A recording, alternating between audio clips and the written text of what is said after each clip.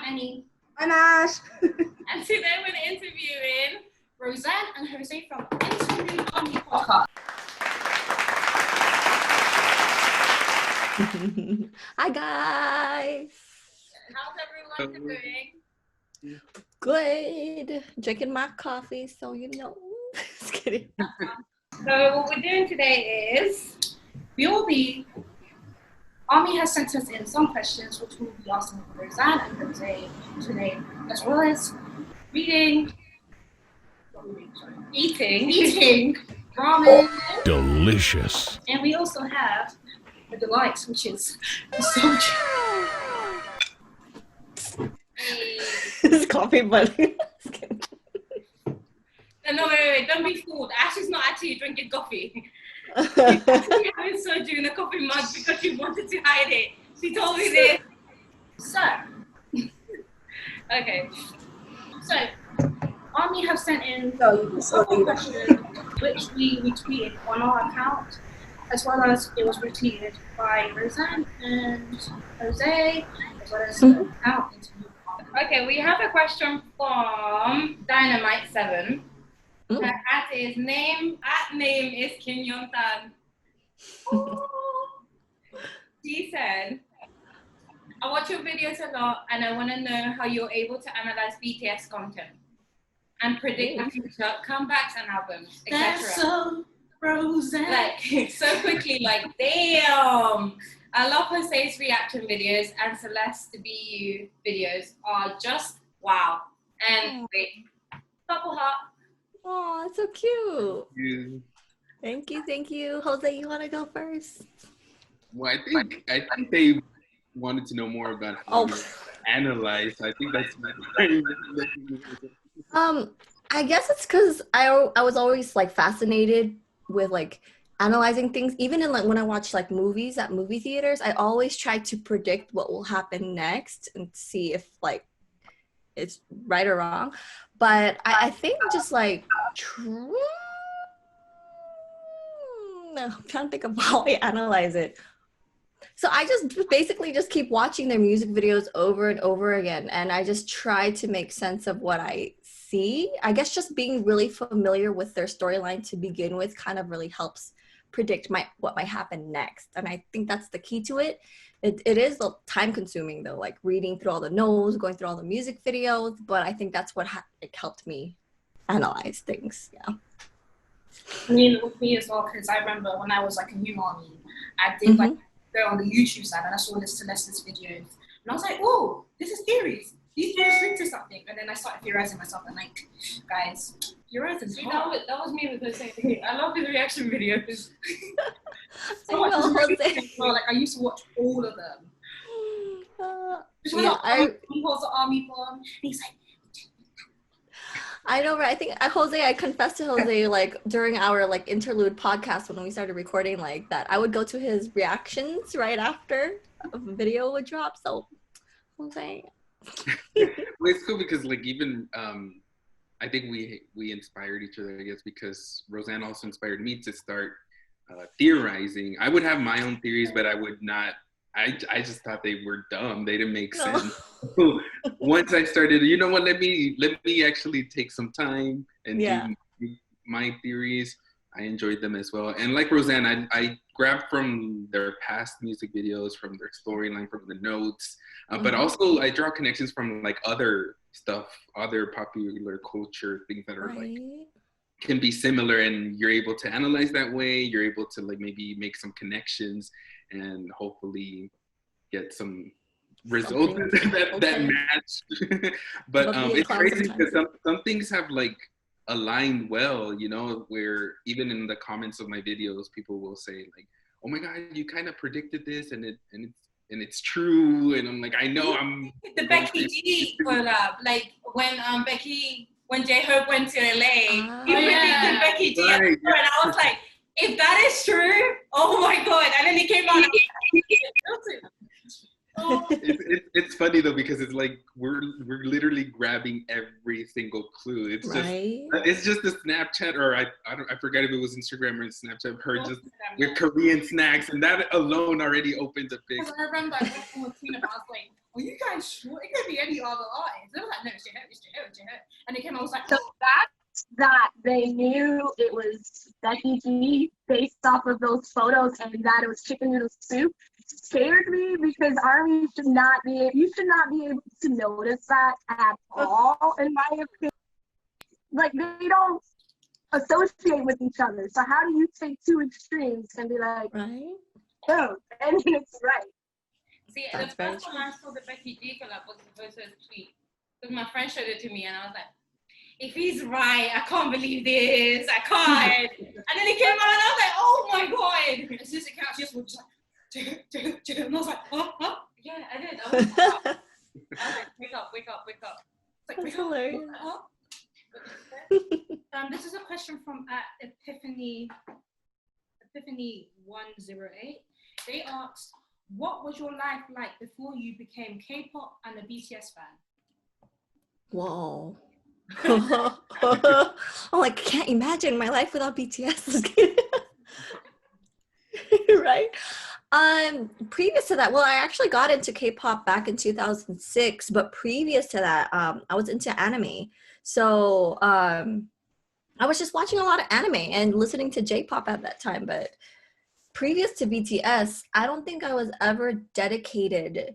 I would love a group, but I wouldn't be as like, BTS makes you really think about your mental health and just other things in the world that you wouldn't have really thought of before. So yeah, same. I got into K-pop, I think it was like 2013, 2014, somewhere around there. And like Rosan, I started with a lot of girl groups that I started, and that was it. I wasn't really paying attention to any boy groups, not even in the Western music like industry. Like I was not into any of them. And so when I first saw BTS, they grabbed my attention right away, like immediate. I was like, where have I been? Where have these been? How come I haven't like seen anything like that? But I think it was okay. I wouldn't say boring. Like my life wasn't boring before BTS, but BTS made it much more exciting. yeah. It almost gave me some like a purpose, like Rosan. Like I feel like they touch on a lot of important issues, and I'm able to relate in that way too. And they made me happy. They brought me and my boyfriend closer. We knew each other way before I knew BTS, but going to their concerts, being able to like talk to him about BTS. Yeah, he might not know about the storyline or anything like that, but just having somebody to like tell him, yo, this is what's happening, and like he's open to it, like receptive, like, oh, that's cool, or oh my God, like congrats on your new video or whatever. Like it brought us closer. So at the same time, they are a part of that. So it's made me even happier. You should do a video where you're trying to teach your boyfriend the BTS universe. And so and being able to experience him being confused, because I think one, good content, but that the hilariousness of like baby ARMY and other ARMY who may not get it can learn themselves and struggle and suffer together. So I mean, I would be down for that. The thing is, like, he doesn't like to be in front of the camera. I made him do like a couple videos, but that, like even then he was really uncomfortable. And I think after that he didn't tell me straight up, but I think he kind of alluded to like, I'm not gonna do this ever again. And I mean, I have to respect it, you know, like I'm the one that's comfortable in front of the camera, and maybe in the future, I don't know for sure, but I would be down for that. I mean, but yeah, I think he's more comfortable watching than. That makes sense. But I have told him about Carl Jung and how the guys have incorporated that into the storyline, and he's really into that part as well because he listens to podcasts that talk about in psychology and stuff like that. And when I connected it with BTS, he was like, "Oh my God, like, we're gonna like talk about it together." You know, that brought me back to before BTS, I was never really interested in reading books. So, I mean, I would read a book every, 3 years? But now I'm all like, let me learn about psychology. Like we would go to Barnes and Noble, start reading all these books. It's insane. I mean, they helped us grow into like better people. So I can't imagine. I remember like because I think, was it 20, when did we do the 20 live interview? 2018. Was it 02? Yeah, well, no, it was after 02, I think. So 2019. Yeah, because I remember like they asked us like, what does BTS mean to you? Like, what do they represent? And I said, to me, BTS are they're the voice of the youth. So they help the youth to grow and like, you know, be intelligent and like also learn about themselves. So like they're like the voice of the youth. Like they help us to like certain things that we can't say ourselves. They help us to make that aware to the world because they speak for us. So that's what I love about them as well. Yeah. Very true. Honestly, I don't think most ARMY read books like that. To be honest, but we're like, oh, Carl Map of the Sun, and it's like we understand, which is kind of. I mean, I like learning, I guess, but I don't think the average fan would sit there and be able to spout knowledge of Carl Jung and knowledge of other people like the way that ARMY does, and I think they helped with our learning how to think philosophically and like upped our intelligence level to a whole nother level. I'm just saying, yeah, there may be some silly antics, but ARMY are some smart individual people, and it's crazy. You're not gonna see a family like that. See, I'm glad that the younger generations have BTS to look up to. Right. So my little cousin, she's 9. And she knows I like BTS, so she was like, oh, you're listening to them again? And you're like, yes. And she goes, she started questioning things that she would hear that BTS talked about, so depression and stuff like that. And it's a way of opening the conversation from their side and engaging them from such a young age that it makes you feel like, okay, we actually have good role models for them to follow. It's not just all the bad ones that are there. There's also good ones. Like, I don't know, I just feel happy that I can talk to my 9-year-old cousin about something that is so important and so taboo to so many people. Yeah, and they talk about things that I think parents are afraid to talk about themselves because they don't want to hear that their kid is suffering through this, right? And so these kids can have discussions with other fans in the same place as them, and the parents, I guess, feel more comfortable with that because it's like, well, it's being talked about, they know what's going on, they're learning it. But it's not just humans, it's pets too, just saying. They have great influence on pets. Pets? This parrot. I see too many videos. Oh, it was so funny. Like the parrot with Wichita. Yeah, they could tell you. Oh my god. They don't just transcend humans, they also transcend to like other organisms. And then it was like, do you mean? I was like, no, organism.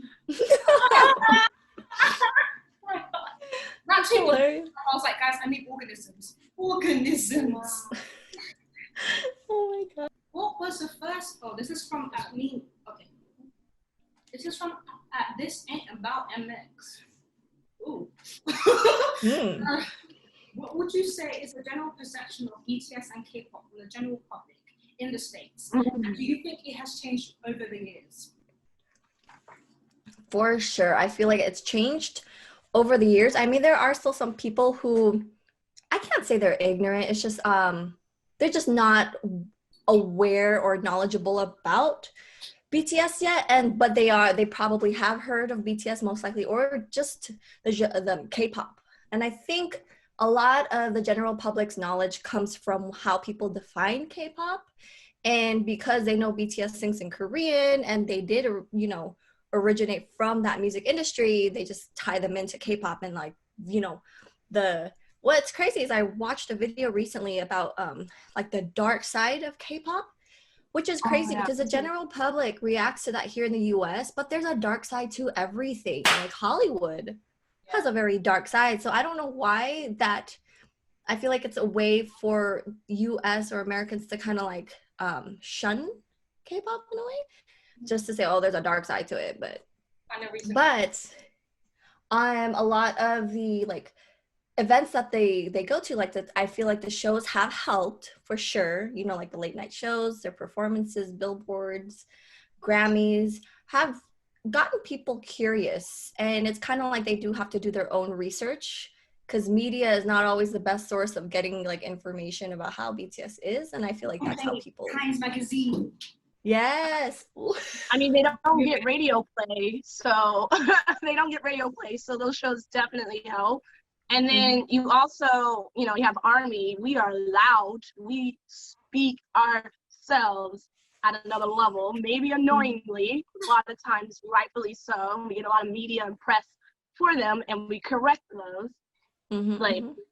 Yeah, like Rosan, I feel like the perception of the like I separate like the public's perception with like the media, what the media presents, because they're very two different things. Because if we look at it today, like sure we can find an article that still doesn't have the correct information, and they're spreading lies basically. And so the media side is still they need to catch up. I don't know what they're doing, and I feel like I know they want the traffic, but at the same time it's crazy because you would feel like based on the past you would see that armies are going to click once you give us the correct information, you respect the voice, you're giving the right info about the music or their past or whatever the case may be.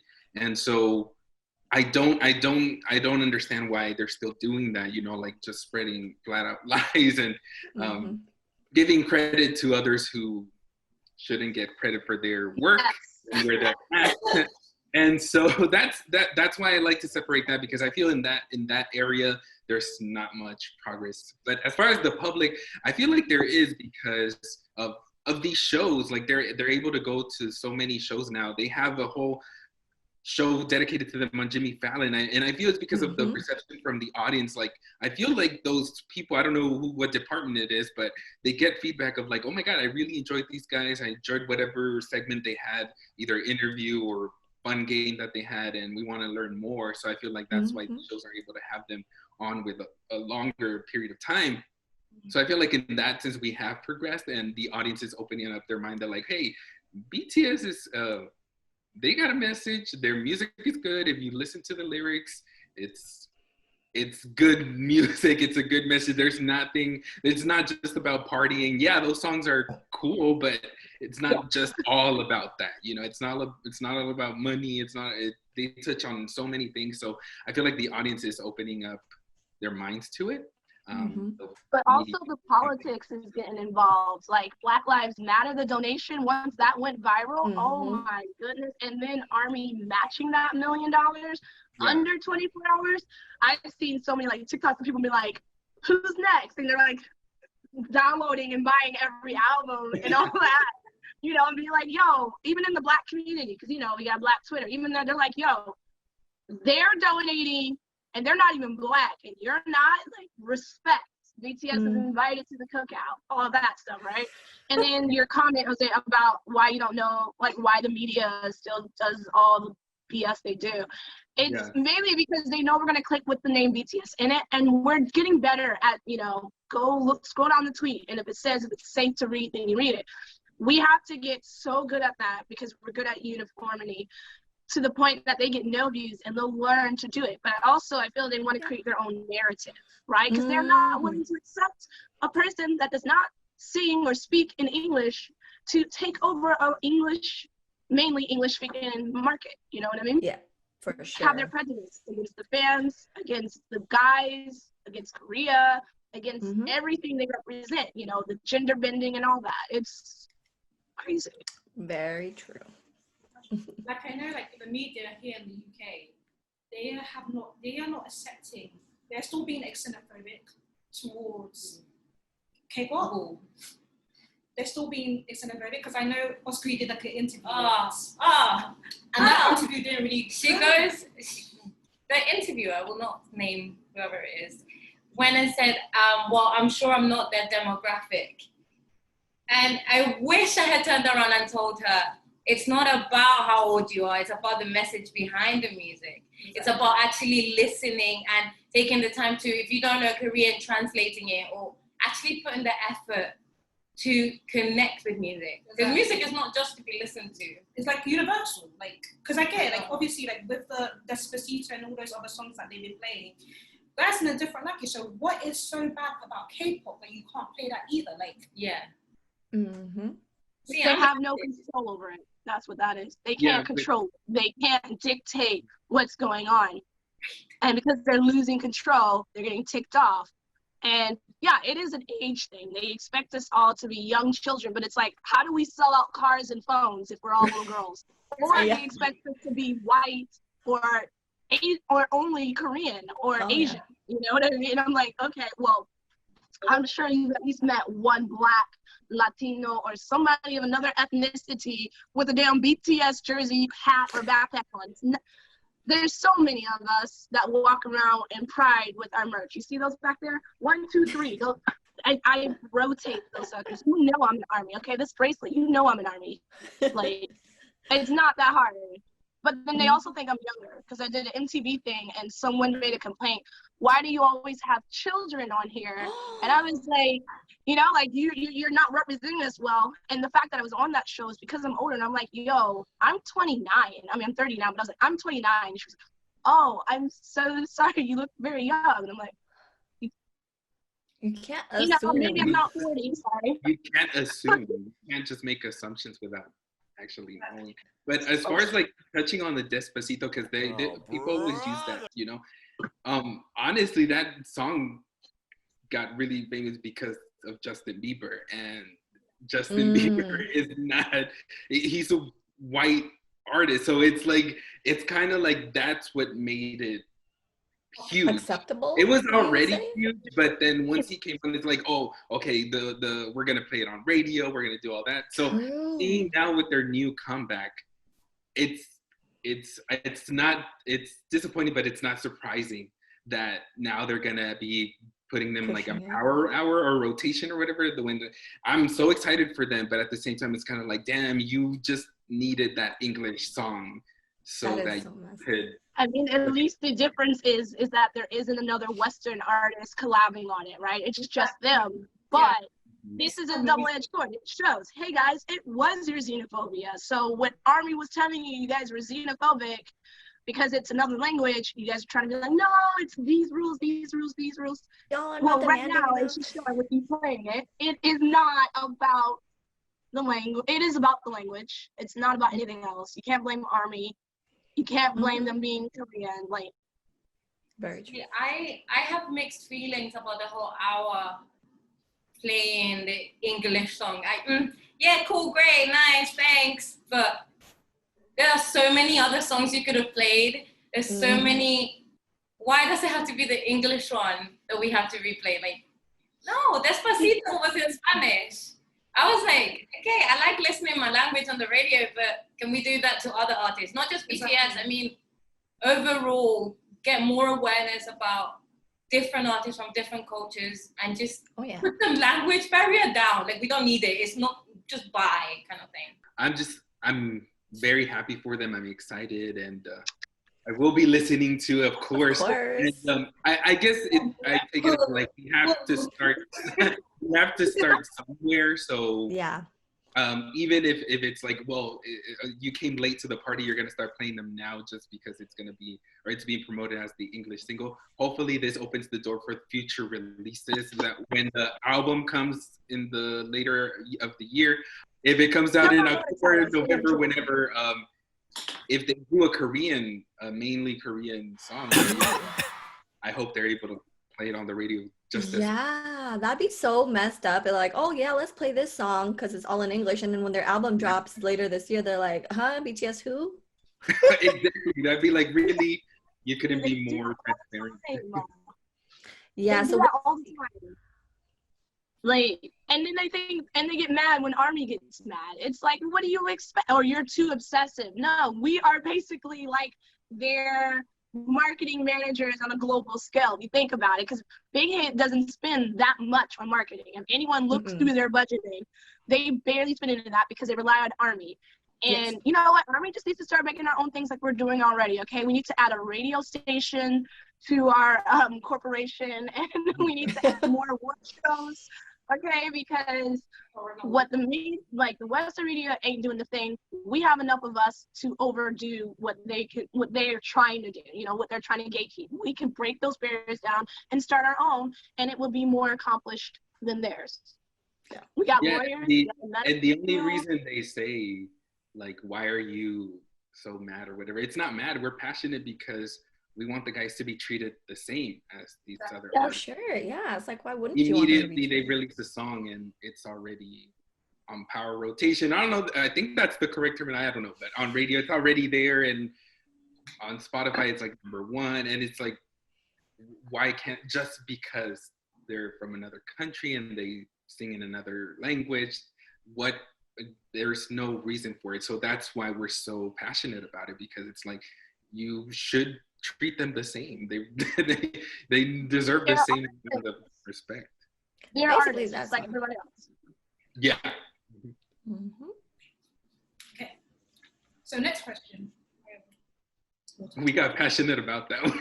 Yeah, we're like, heated. We're trying, but I didn't know how long we wanted to talk about that. Is this one? Well, okay, this question comes from @xmimibts. What is the first thing about BTS that caught your attention, and what was the reason that you're still walking with them? If not, which is it? I love both of you and enjoyed your videos a lot. So much love from Argentina. Thank you. What got my attention right away was, well, since I was already into K-pop, I was actually into another group at that time. And so my little sister, she's an OG ARMY, and she was trying to show me BTS, and she showed me their We Are Bulletproof Part 2 dance practice. The first thing that caught my eye is I've never seen, there's like a lot of groups at that time that they were pretty good at dancing, you know, like SHINee was really good. But Lord, that was the first time I ever saw a group go, they were so in sync and sharp. That was the first thing I noticed. But at that time, it was just hard for me to shift over from my previous fandom. Don't be shy, tell us who you were. What? Oh, okay, yeah, I was an XOL. Yeah. I did not expect that. Yeah. No, I was the first K-pop artist I ever got into was BoA, and then I got into DBSK, you know, TVXQ, and so I was just always within SM. And so BTS was the first group that I loved that was not part of like SM. So that's why it was hard for me to shift over. But yeah, but then I started watching a little bit more of their like behind the scenes. I'm not sure if they did like just little clips. I think I started watching some Bangtan TV, but also like American Hustle Life. And then their personality was what like dragged me into the fandom, basically. So. Yeah. And for me, like I stated before, like I started with all girl groups. It was like, if there was a new girl group or one that I hadn't seen or heard, I was like, okay, let me, I don't know, I guess even as a kid that I always liked female artists. So that was just what I liked. And so I did like dab into some groups. I think like my very first K-pop boy band that I reacted to was VIX, if I'm not, I may be wrong with that, but it was a long time ago. And then I went from there, maybe SHINee, I think, or something, I forget, but yes, the first video that I watched of theirs was Dope. 어서 와. 방탄은 처음이지? And that was my introduction. And I feel like it was, I remember everybody commented was like, oh my God, this is meant to be Jose, because the first thing that RM says in the video is, do you like, is this your first time with BTS? And it was, and so I'm like, oh, but that wasn't just it, like their dance. I feel like the choreography is what got me right away. I was like, whoa, because in Dope, it's like majority of it is just, you know, it almost looks like a one-shot video where they just move, and it's all choreography. And I remember the part where it's RM and Yoongi, and it's like enemy. Like that part, I was like, wait a minute, hold on. Like, what is this? Yes. And so, yeah. And so after that, I was like, okay, I can't just, this can't just be it. Like, I need to know more. So I started like, what are their names, learning their, well, first I started with the stage names, and then I went into like the real names. Yeah. And so after that, it's like Rosan said, it's just their personality, and then reading like the message behind the songs too. I was like, okay, I am gonna keep an eye on them, because this is something like I need them with me. And so once the Run teaser, the first Run MV teaser came out, that was it. Like, I had already my bias. Jungkook was my bias. That was just in a matter of months, because it was June that was Dope, and Run, I believe it came out in November. Back in 2015. So that was my first comeback Run.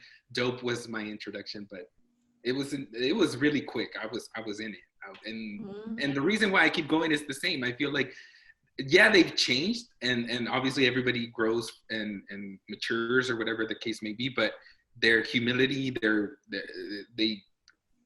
message is still, it might even, I could say it's gotten stronger, Oh yeah, for sure. And their music is I always say, like, they're the complete package for me. Like, it's not just one thing. Like, it's the message, the personality, the music is so good. They work on their own music.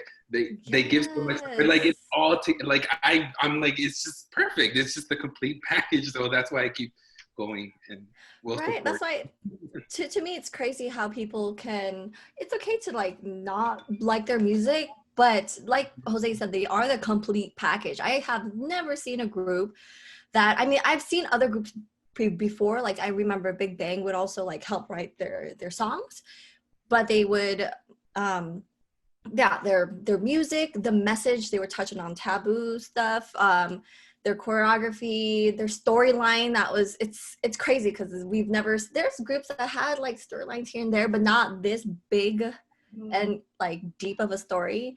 Also, like incorporating art, incorporating books, like we may be seeing more groups like this in the future, but the fact that BTS is kind of like, they're paving their own road with this. Yes. Paving the way. I know people hate that. Aunties hate when we said it, but they're paving the way. We have to accept it, honestly. Yeah. But sorry, can I ask a question? Because you both came in at the same time. Who is your first bias? And I say first bias because people be switching, coughing with two biases. I agree with that. It's Taekwook, and then Jimin is in the basement. Okay, he's in the basement. And then and I was like, okay, here's wild. Fighting. Okay, don't come for me, sis. He's in the basement. Someone let him out. Jimin, it comes out from time to time. Oh, okay. I don't need to unlock it. He just does it by himself. Oh, wow. So smooth. Excited. The first member that really got my attention was actually Jimin. Me too. See, speak of the devil. Jimin has this thing. I don't know. He has this power to just drag people in. And then when I learned more about their personalities, that's when I'm like, yo, I see me, man. Like, how V was especially before. His personality, I'm like, yo, he's weird. I like it. So, it's good. Mine hasn't changed. It's Jungkook. And, I don't know. I mean, when I first watched Dope, RM is the first member we see. Yeah. But Ayo, ladies and gentlemen, like, it was right off the bat. I was like, oh, okay. And I remember saying that I thought he was the leader of the group. I guess it was maybe because he had the most lines. I don't know what it was, but everybody was like, he's like the youngest member. He's not the leader. I was like, oh, my bad. I'm sorry. But his personality, I relate to him a lot. Being as like shy and how he started off, like he was very shy. Now, like he's not like very, very outgoing like that, but I was like that younger as well.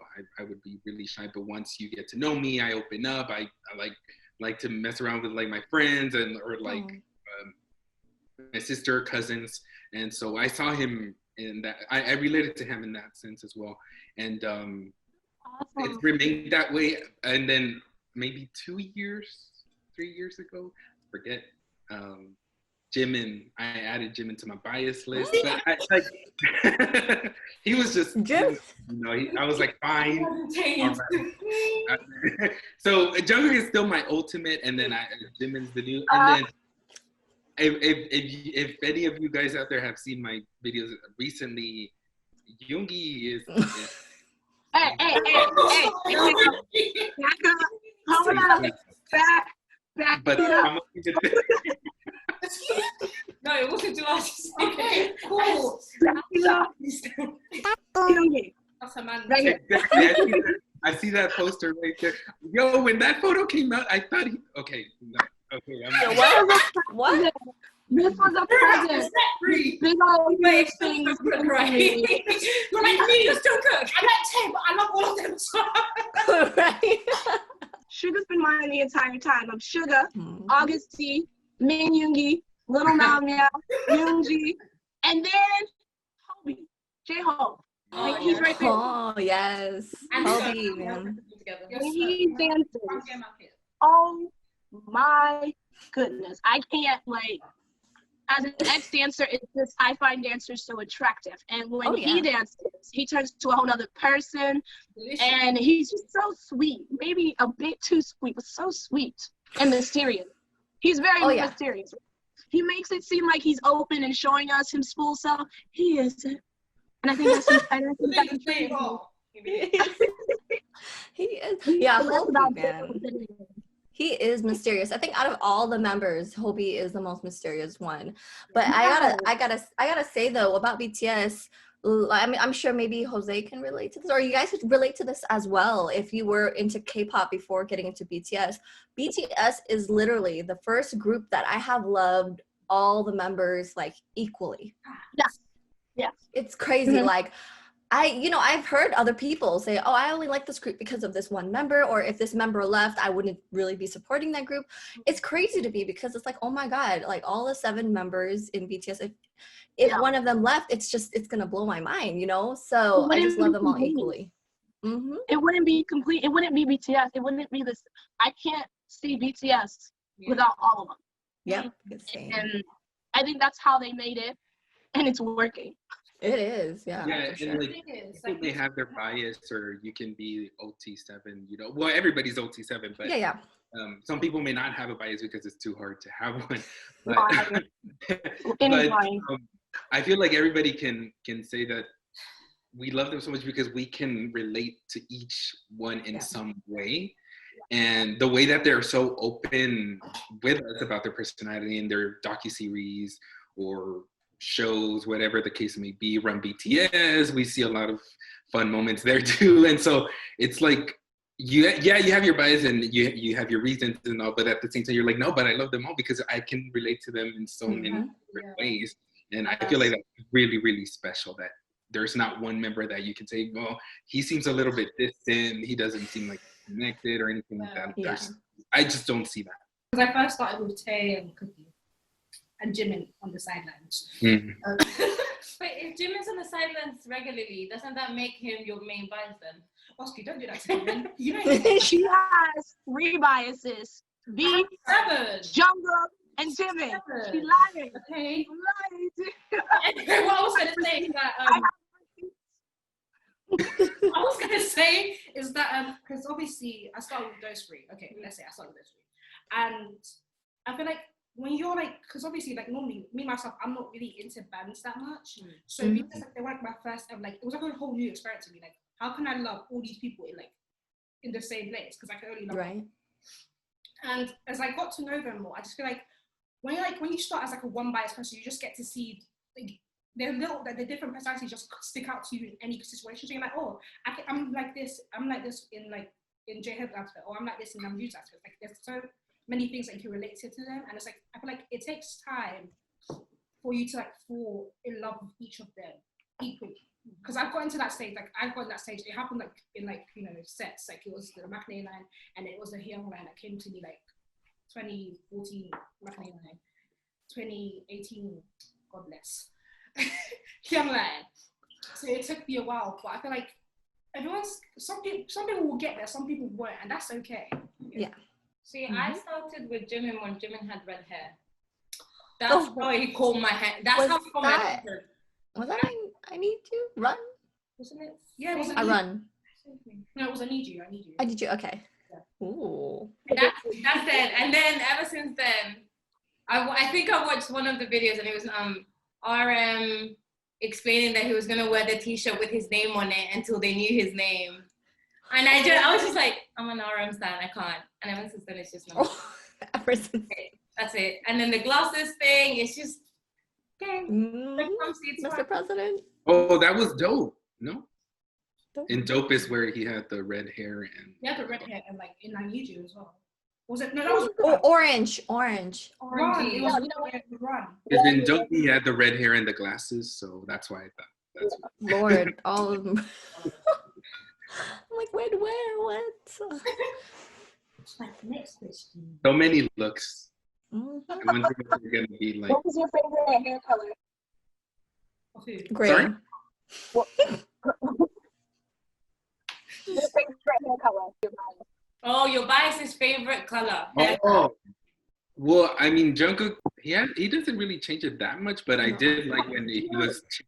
I did like when he was cherry with the like almost pinkish.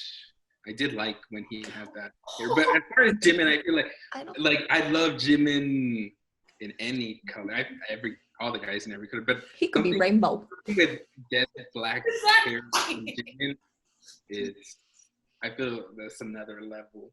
Yeah. Like black hair Jimin, I feel like that's another level. And then for Jin, blonde Jin, fire. It deserves an Oscar. Did you answer, Rosan? I don't think I heard your. Oh, I just straight up said gray. Oh, Right. That's it. Right. Platinum Namjoon for the win. I couldn't. When he walked into the awards with like platinum hair, I was like, okay, Namjoon, gray, okay. Doesn't Namjoon have gray hair right now? Like what we saw. So that's what we're thinking, yeah. Don't watch do him. that to her. Gray. That's good.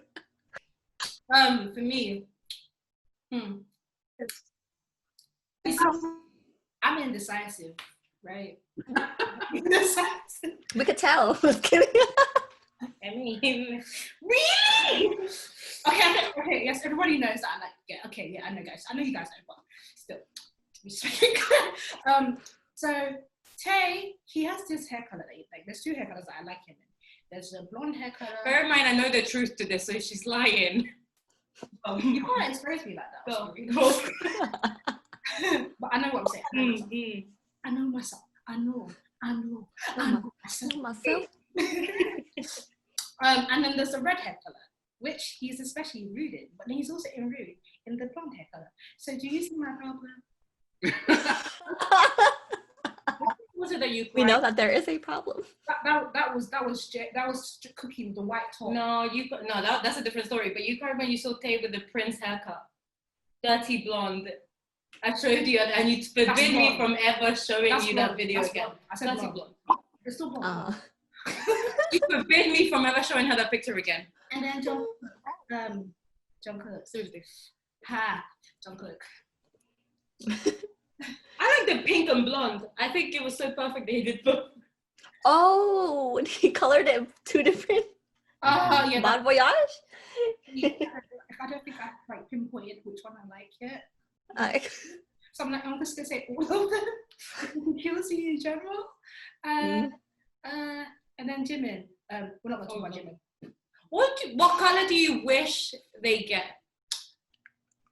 Like gray. Remember and the We just go back to Bon Yoongi or him actually dyeing his hair blue and not the fake crap. That broke my heart.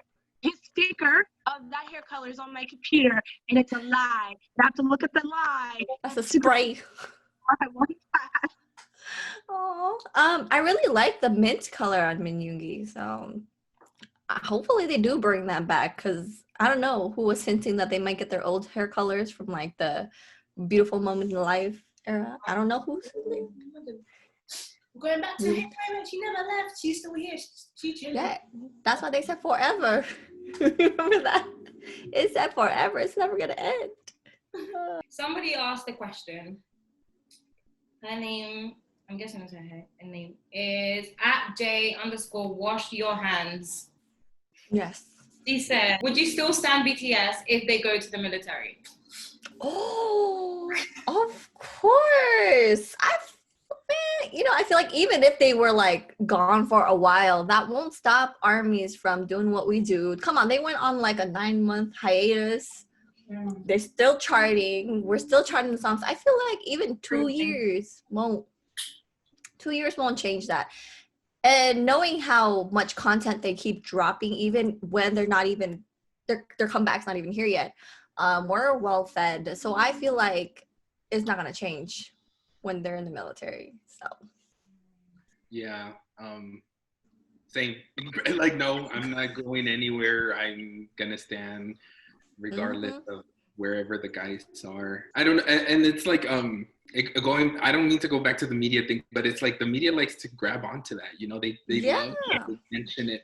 Will ARMY be here after the guys? Will they stay there? Who knows if they? It's like they have to grab onto something just to be able to like try and break them down in some way. Like, oh, like because ARMY's not gonna be here, they're no longer gonna be here. And it's like, no, can't you see that like no matter what happens, we're still gonna support, even if there's 6, 5, whatever, there's still gonna be 7 for us. Yes, or wherever the case may be.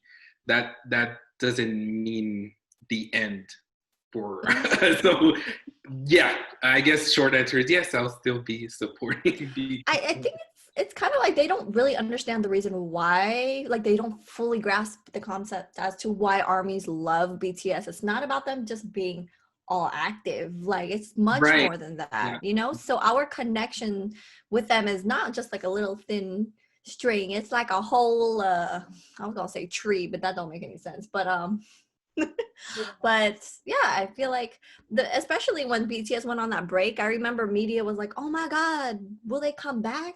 They're probably not gonna come back. The headlines. Like, I was laughing so much with the headlines of like, are they done? Are they over? And it's like, where did they say that they were like taking a break from their career? That they're not on vacation. They're going on vacation. And what did they do? They filmed Bon Voyage. Like what? I'm like, what? I don't know. Didn't really do a break though. Jimin was on almost every day. Like they don't know what a break is because they were still coming on and interacting with ARMY. They just were on a break from the public, in my opinion. They weren't on a break from ARMY, but from the public. But ARMY we always bring up things in our head, right? To clown ourselves. We always overthink because we're so used to them doing such creative theoretical things that now we overthink the most simplest things, like, oh, they're going on a break. That means they're breaking up. But then I was just like, you guys, they signed a 7-year contract. So, yeah. That's another thing, 7-year contract. So they're not going anywhere anytime soon, other than if you're at grandma. See, even if BTS disbands, I think we've gotten to a point that BTS has stopped just being a group. It's a statement. It's a way of thinking and a way of interacting with different ages.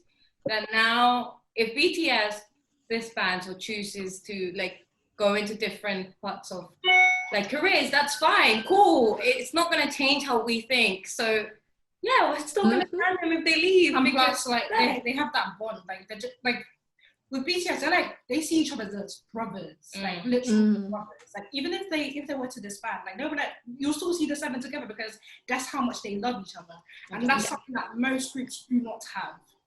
Oh yeah, very true. I remember there was like this translation from like a Korean army say that she saw them at like a shop and then they would just be all cool with each other. They're like, oh, like you should be this one. Like they're just being so nice to each other. Like and like it's not like they're not doing it like on the camera. They're doing it outside of the camera, like where someone else can see.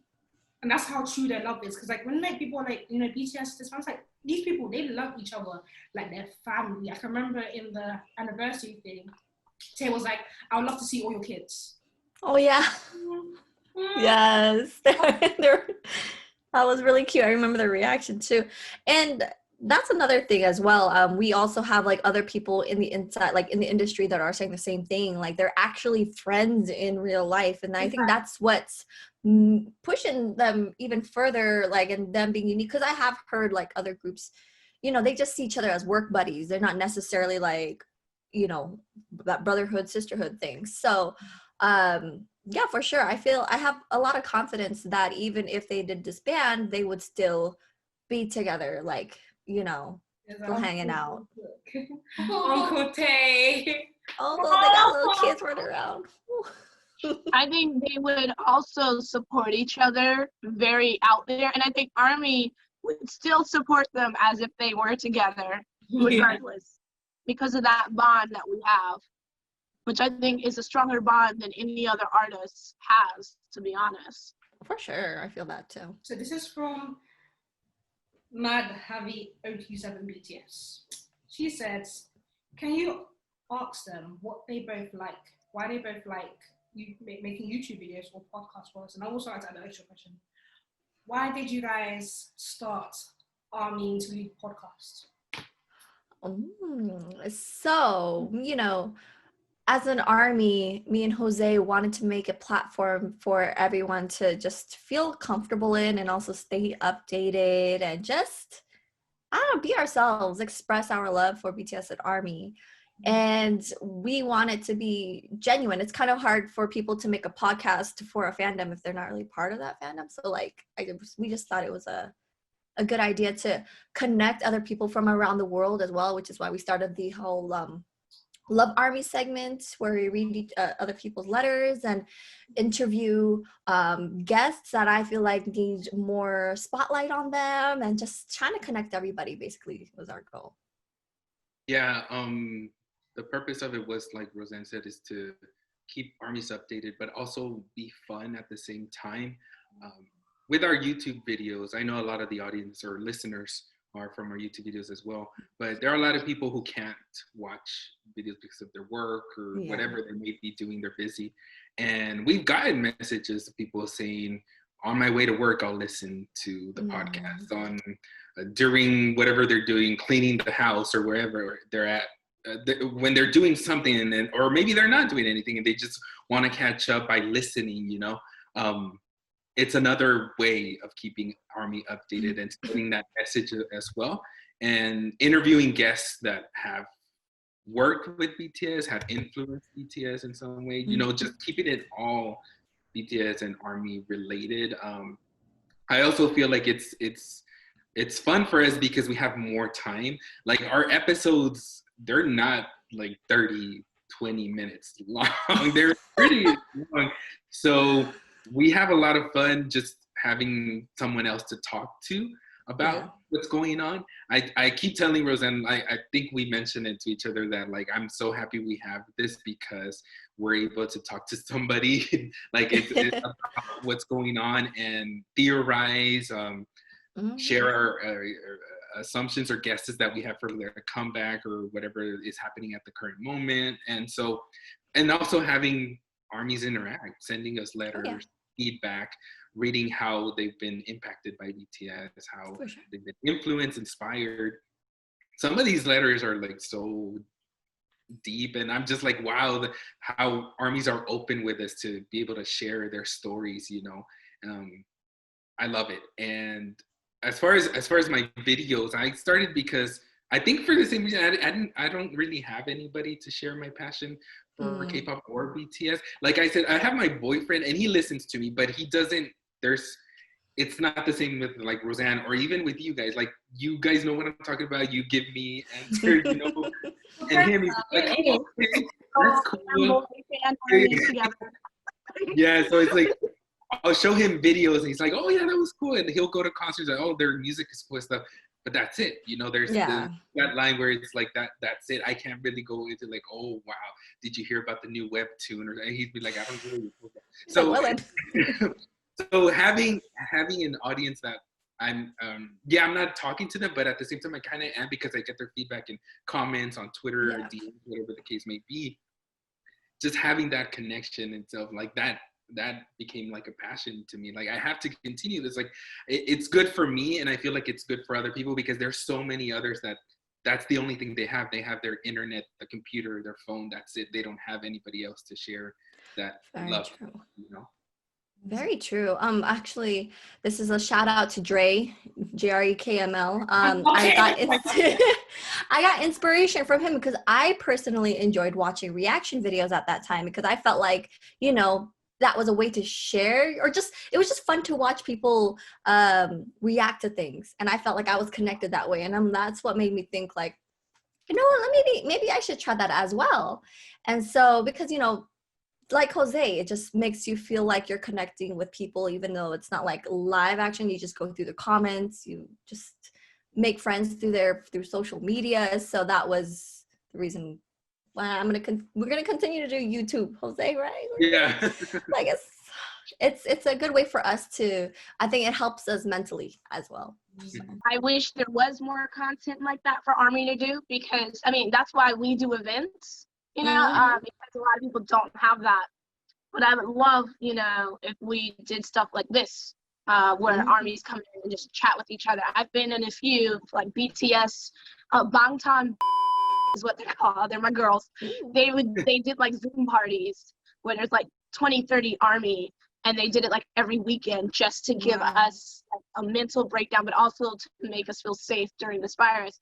And I feel like if we can have more content similar to your podcast, because I've actually listened while I was in the classroom setting up and stuff for the day. And I was like, oh, this is good. I love podcasts. And so it was great. It was like, I understand what you're saying. I understand what you're saying. Yes, yes, I agree. And I just wish we had more of that, though. What I like about that podcast is that, you know how annoyed we used to get at the beginning when BTS was first going to America, and they'll get asked the same questions over and over again. What I like about like you guys' podcast and people who are Army and actually interview them, you ask questions that Army actually have, or you ask people who have worked with them and you ask them actually relevant questions, not like, what's your favorite color? Right. What? Right. Wow. We know that. I know that.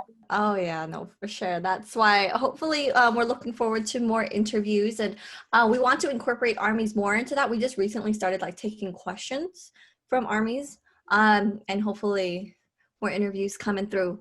Look forward to it, you guys. I want to help you get an interview with someone from like Big Hit or something. That would be like.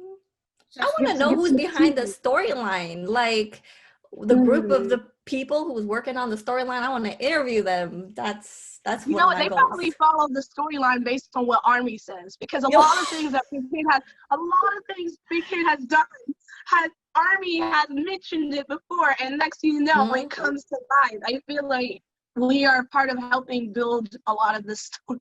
That'd be crazy, right? Like that'd be so cool. Oh my gosh, because you know, like the recent Smeraldo Books poll, I felt like was inspired by Outkast. You know, they mentioned that as well. I'm like, they saw that too. So you know, I would love to know how they're working on all this. So you know, like the Bang Bang Con live was also kind of the first Bang Bang Con that was inspired by Kyoutubers, who did a whole literal 2 days of all their concerts. I'm pretty sure like. Who did Oh yeah, I watched it. Wait, which one? The first Bang Bang. Oh yeah, yes. Oh. All of their concerts, yeah. Not the whole thing, but interacting with Army on Twitter, that was exciting. That was hilarious. I was kicking chairs. I was having a ball. But other groups are following in their lead now, so they're doing online concerts as well. They're trying. For sure. Yay! What's crazy is, you know, we know how strong Big Hit is now. It's so crazy how much influence and power they have in the industry. But we do notice, like, I think recently, the other big entertainments have come together to work with, you know, Beyond Live. Because it's crazy though, because, you know, Big Hit has been doing that through Weverse. They already started experimenting with it. You know, Wembley, I believe, was the first live, wasn't it, broadcast of a concert? So they already started doing that. Special guest. That was amazing. So On that day. Ooh. it's crazy where things are going right now, but I'm looking forward to seeing what Big Hit does. I'm also looking forward for them to become public because I want stock. Just saying. Like, I know it sucks. I don't think people us in the US could get stocks. I know in Korea, because you're in Korea right now, you could get stocks. Girl, hold up. Let me DM you really quick. Let me DM you really quick. I'm gonna be at the meetings like I vote for this. Like I will be at the Army, K-Army are talking about it. Honey, when I start a whole savings account for it, you know I'm serious. I would also like a cut of my money. I spend the money. I would like it back a little bit. You know, That'd be hilarious. We shall see. Big Hit has been doing a lot of things their way. I mean, I did hear like Bang PD did create Big Hit because he didn't necessarily like how the music industry was going, and that he's transforming it into a music industry that I would like to see more. You know what I mean? Having the artists be a little bit more of themselves and just not too,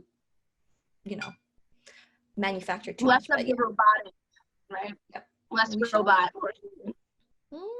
So we shall see how that goes. What does being Army mean to you? Ooh, what does Army? Gosh, that's so weird. It's kind of like I'm very, very proud to call myself an Army, and I feel like if I was not an Army, I feel like I wouldn't be myself. I feel like being an Army helped me find myself even more, and just I know some people are sometimes like embarrassed to say that they're an Army, but come on, be proud. Don't let the negative side of what the general public or other people are calling us, like, we have accomplished so much, and I'm proud of it. So, woo, Army. Where's my Army bomb? Whoa. It's here. Yeah, that question is so woo. You can answer it so many ways, but I feel like being an Army for me means being myself, like loving myself, being myself, just without any hesitation. Like no matter what people think, no matter what people say, just being yourself, loving yourself, and it's one of those things where it's like you can't really put it into words how much it means to you. Just like how when people ask like, what is it about the guys that got you? It's like you can say words, but you feel like it's not enough to explain. More than that, yeah. So being an Army is also that, like, loving myself, being myself, but there's so much there. Like being an Army, I feel like it's love, it's passion, it's sense of pride. It's a lot, but that's why it's so. Don't cry. She's getting emotional. But yeah, being proud, like being proud of who you are. I feel like that is what Army is, and I feel like BTS showed that to us a lot in everything that they do. They're not shy about who they are. They show us so much. Their messages, so they don't have to be that open, and the fact that they choose to be so open with us, it inspires me to be open with art as well. With my family, even bringing it even closer. Like I'm more open with them. I'm more open with my boyfriend. I'm more open-minded to what people's feelings are. And all of that has to do with the message that BTS brings. So I feel like just being Army means that. Like all of that, all into one. I don't know if you guys can put a word to it, but that's what that means to me. Yes. So don't BTS uses us.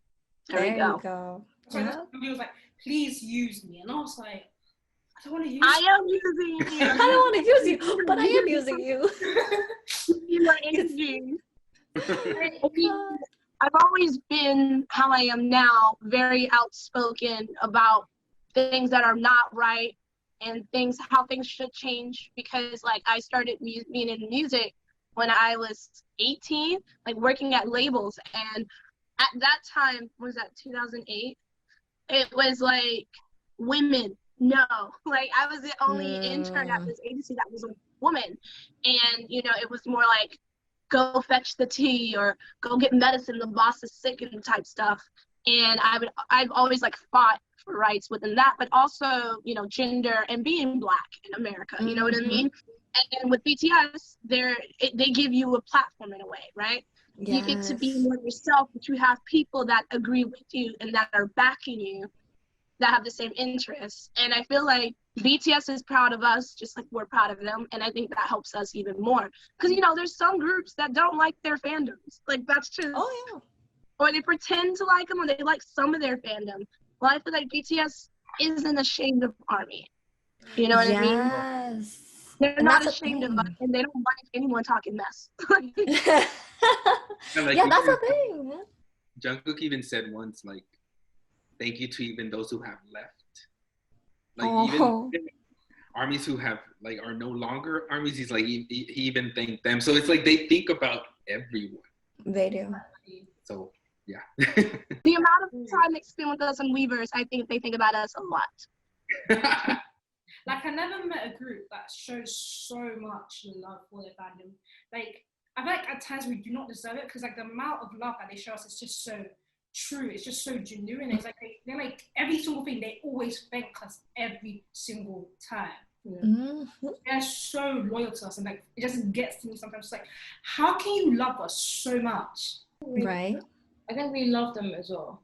Yeah, we love them, but like the love that they give to us is just so genuine. See, with them, there's only so much love we can show, like with going concerts and buying their stuff, that just listening and spreading the word, there's only so much. So I think what ARMY do is they create a safe space for each other, and they become like a family in a way. Like, if you've never met an ARMY and you're an ARMY and this person's crying, I can guarantee you there is a hug. They'll stay with you until you feel better.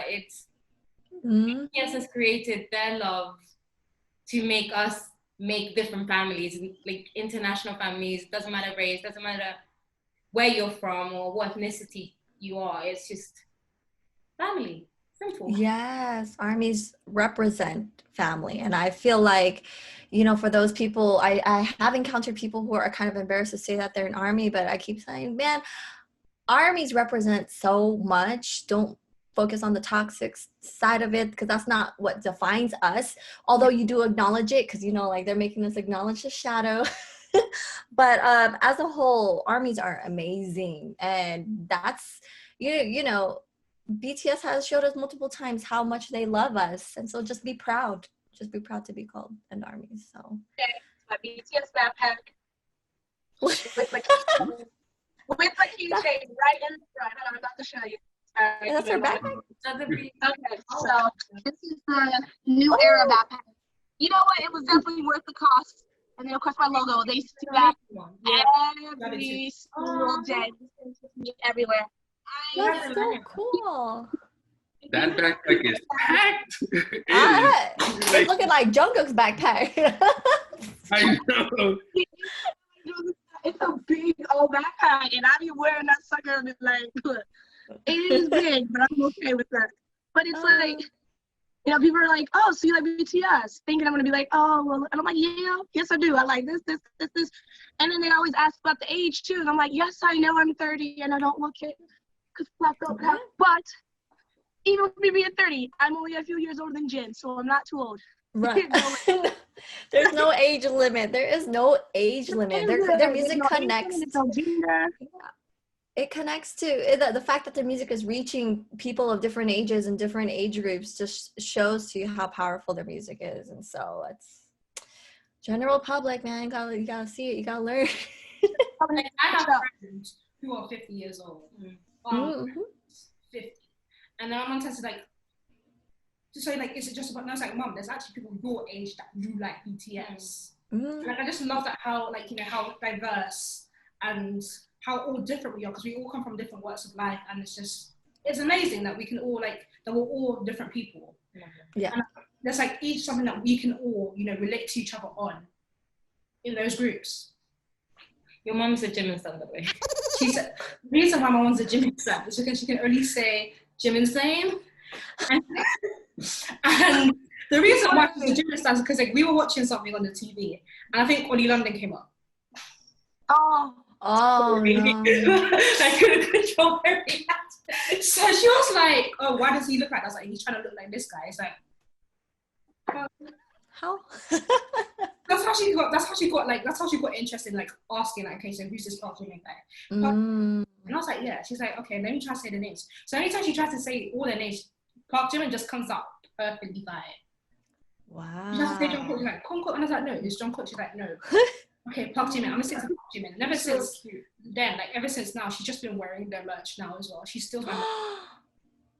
I remember when we were on a call and your mom started singing along to which song was it on? Which song was it? I think was it? A BTS song came on and her mom was dancing and singing to it in the background as we were chatting. It was Idol, I think.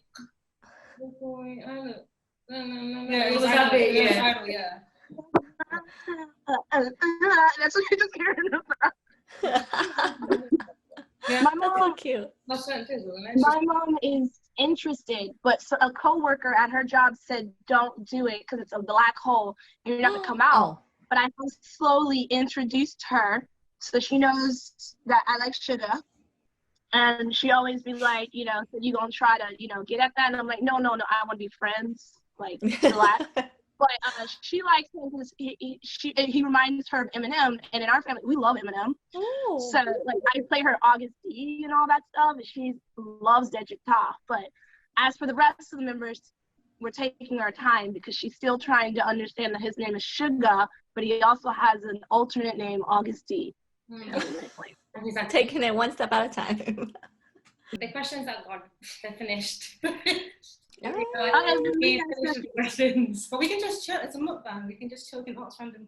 What y'all think about the VMA nominations? It's one step. I think armies at this point are kind of like we're used to taking things one step at a time. So last year they only got nominated for one category for the K-pop one, and now they're actually nominated for like best pop. That's progression. For them, that's huge. Like yeah, for them, especially for BTS. You know, we've already seen like the behind the scenes on how like appreciative they are for just even like performing at the Grammys. You saw how excited they were, even though they weren't nominated. Like, you know, we gotta think about the happiness.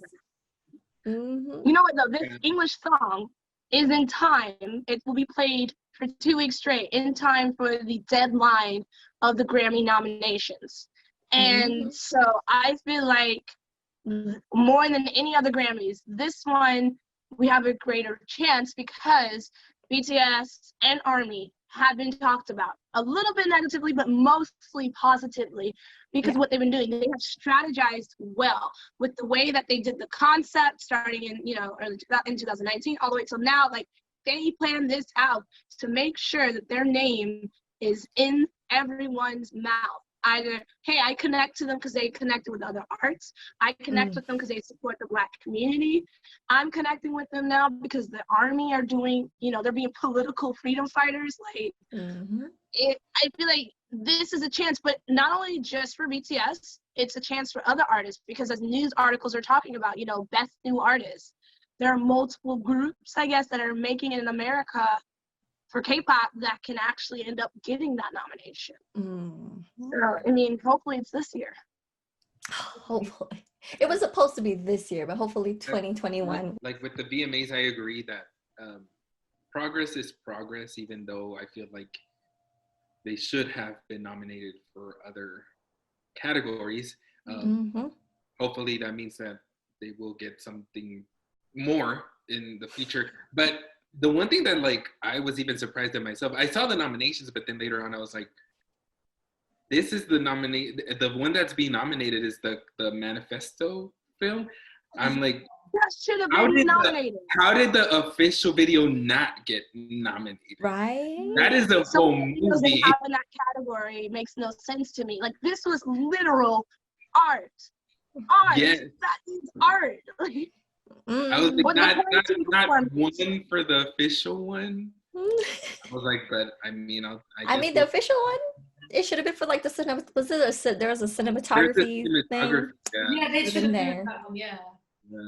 But then also the quarantine performance. They did like 3, right? One for Japan, they did one for the graduation, and then there's Bang Bang Con. If they're Where talking was one that? performance, they got 2 options to choose from. Why are they not nominated? Yeah, they could have been nominated for like the Boy with Love, the special version that they did at Bang Bang Con. Like, oh, I love that version. But I yeah, was even just the like, graduation one. and then they decided to be like, oh, and by the way, BTS are performing. And so ARMY's like, Okay, that they always put them at the end, so that they yes, they keep did. the So, viewers you know, until like, the there's end. going to have to be some ARMY to sacrifice themselves to watch the show. The whole thing. I hate when they do that. I really hate it. Yeah, we're gonna do that. I know we've done that before where like we just stay away and then like there's gonna be like an army here, there. We're like, oh, they're about to get on, Yeah, and like that's when we all get checking on. Everyone just jumps Are on. they- And even us, And then it who's just goes. doing it? And then after, doing yeah, it? we leave. Though there's one positive, like, well, I mean, there's positive in everything, but Mhm. one of the major positives that I thought of was since they're gonna do it virtually, they're not in the same space. They're gonna have control over the setting, That's- like the location, the It's camera going to work. be sick. Like they're gonna come hard. I feel like, and it's the Dynamite single, so I feel like it's gonna be amazing. I hope They so. She's So like, much want to see food. them on four-wheel skates, sitting here going, I want to see 4-wheel skates. I want to see 70s disco suits. I want to see it all. Okay, I want to see Okay, football. okay. So now I have a question. I have a question for y'all. Do y'all really think it's gonna be like retro, like disco vibes? I Do y'all think, really well, they think did that's a little bit at Bang Bang Con. They did a little bit with UGG, Yeah. and UGG has nothing to do with retro, but they threw that in. I think that was a hint. I really do. Mm. But Big Hit has raised us to question everything. What if they're leading us that way and then they take us somewhere else? you see, I know, and it's kind of like something that's not retro and like like the thing is, like, I want to think, but I don't want to think at the same time because I don't know Watch what to do. Yeah, exactly. watch it be futuristic. I'm probably not right. I probably may put two things that does not go together. But I would love to see that because I loved seeing Yoongi working the glasses with the hair in the suit. I mean, just add some 4-wheel skates. Wow. You know, learn Okay. how to skate. Let's go. Like, all I know is that there's a time sequence in the movie. Like, that's all I know. Like, the time, different dimensions. That's all I know. That's all I know. But Dynamite. Osprey, Inni, I have a question though, because I'm not about to watch MTV's because it's gonna be overnight over here. So which one of y'all gonna do it for the account? Mm. To let us know. They're like, Inni? Okay. So you're gonna watch. You're gonna tell us what time. I mean, I can record it for you if you want. No. I don't want to watch the whole show. One of us has to watch the whole show to let ARMY know when the BTS is about to come on. Who's gonna sacrifice themselves for ARMY? So, see, I'm not a nocturnal admin, so we'll ask for the nocturnal one. No, Rani's nocturnal. No, I'm nocturnal. Okay. Let's be for Okay. uploaded on the YouTube? That cool. I had a question though. What made you guys decide to start interviewing fan bases? Because I think that's really cool. People don't often give much attention to the fan bases. And I'm not just saying because I'm a part of it, but even other ones I see, and translators. There should definitely be segments on translators. But they do so much, and there's not usually much acknowledgement. So what made you guys decide to do that? well, that's another thing. It's like we said, like shining the spotlight on people and fan bases that don't get enough like attention or acknowledgement, and also just curious, like people don't usually know how fan bases work, and we know, like Jose and me know that there's a lot of work that goes into it, and so that was another thing. But also shining a spotlight on your guys' country as well, you know what I mean? So other armies can learn about, oh, this is how the fan bases work, this is how their country is doing with BTS, and just learning. Basically, we want other people to know. Yeah, exactly. I feel like learning stories from armies, international armies, I feel like it's important too. We're both in the US and we can only speak to our experiences, so we want to give the voice to those who are like, hey, Brazil, Philippines, like, like how is it over there? How are you guys working together, you know, to spread the message, or what do you guys do, the work that you guys do behind the scenes. And it's even a learning experience for me, because some of these fan bases are like huge. They have departments for a specific thing, and you're like, wow, like they're so well organized, and they're like, well, it's hectic back here, but we try to, like, you know, show it as least as possible. Which departments do we have? And then we have Instagram, Facebook, Twitter. We have YouTube. I'm the events team. We have a marketing team, sponsorship team, a translation team, a voting team. Yeah. So it's like 14 segments. Streaming. 15. Oof, that's a lot. And of course, Different cities. We're lucky we don't have that many kind of big cities in the UK, but then you have Belfast, you have Birmingham, you have Manchester, you have Northern Ireland. Northern Belfast. You have Wales. You have so many, and they have different groups within them. So the London one has like 3 different group chats, and you're like, okay, which one's talking now? And you're like, you can't tell what group chat was going on with something else. Wait. Why am I only in one group chat? There's 3 London ones. I know I'm in Korea now, but goodness. There's just a lot going on, huh? There is. I don't know what she's doing. There is. Sometimes The London virtual virtual meetup. she's in that. The actual London one. She's in that one. But why she said she's only one? I don't know, because you said Go on, there's Ash. 3. You said there's 3. Yeah, the YouTube one. She doesn't look. She's just the Discord That's one. not London. That's a bunch of other cities. No, There's too much going on. there is. Yeah, there's And then- just a lot. Huh?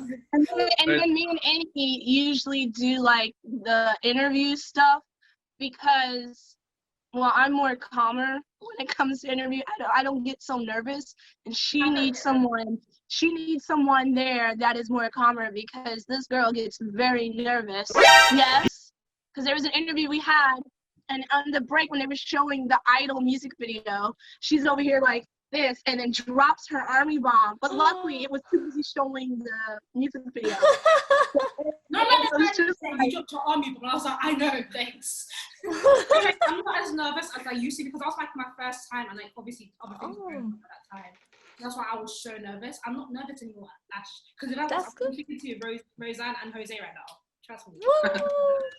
Woo! We grow, and we learn from experiences. but to touch on the translation or translators, I should say, we've reached out, and we're still hoping to have translators on.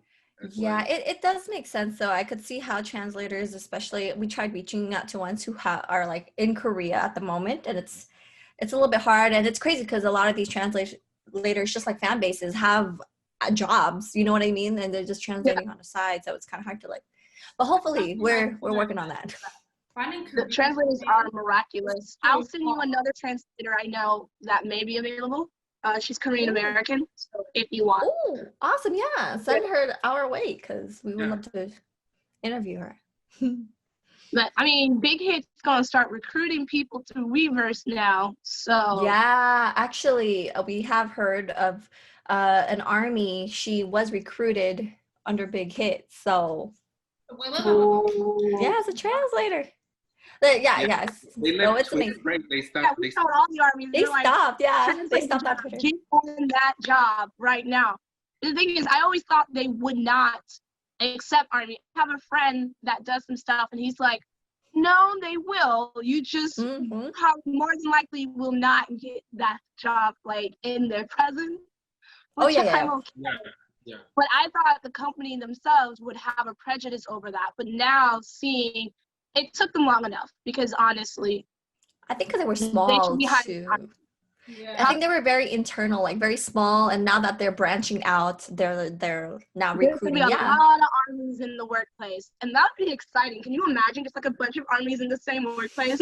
Everyone's desk is decked out with their army bomb, their photo, their poster with their name, and it's just like, That'd be okay, hilarious. army, we need you to give us a review on this video, and we sit over there like.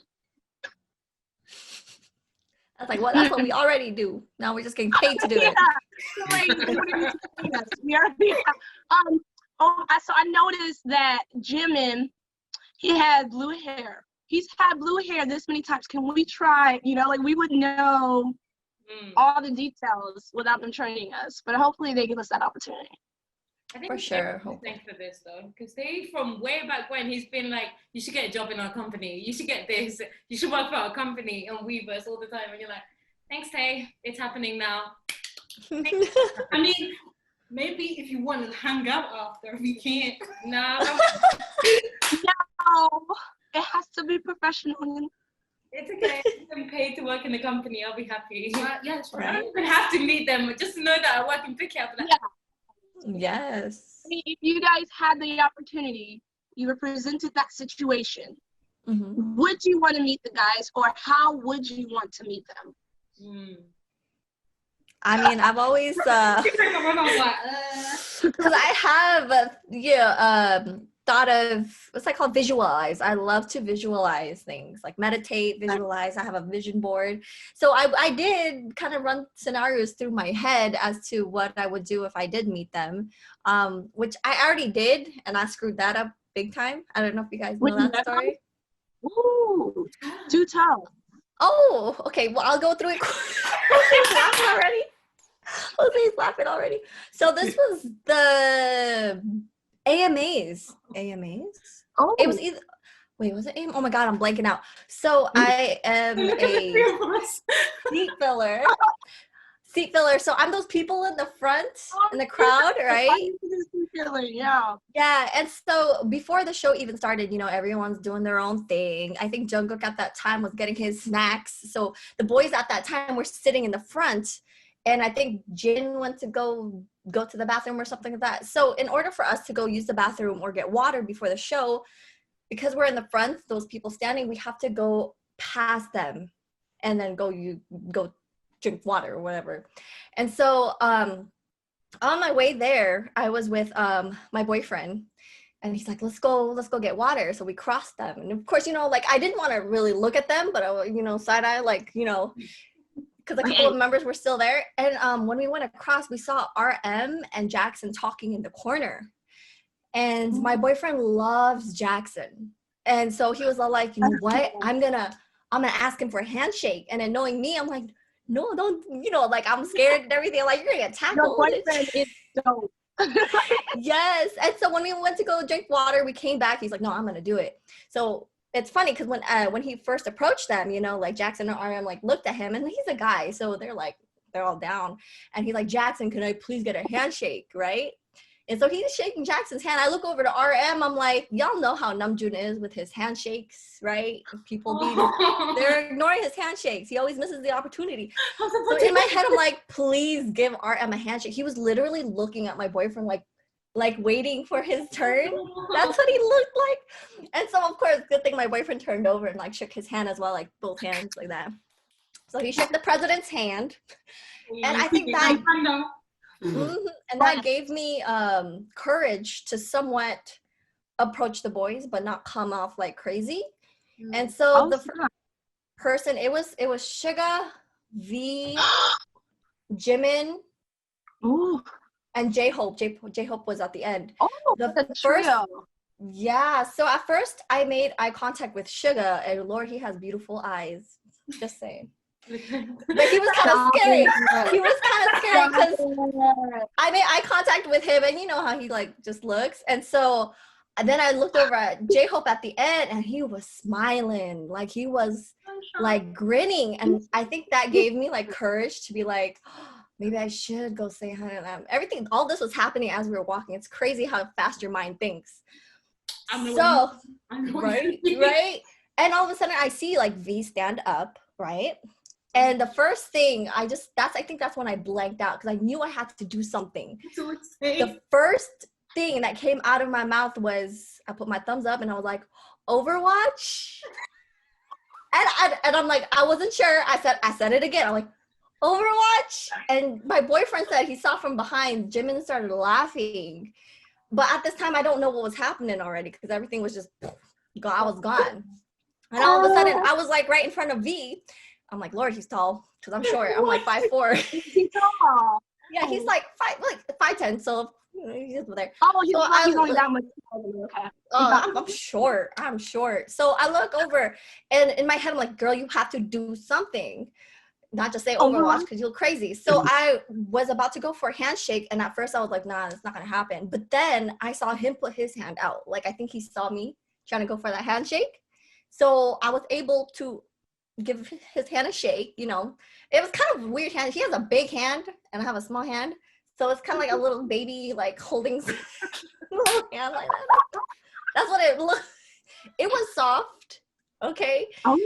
And then after that, I was just like, oh girl, you're gonna get tackled. You should leave now. So Yeah.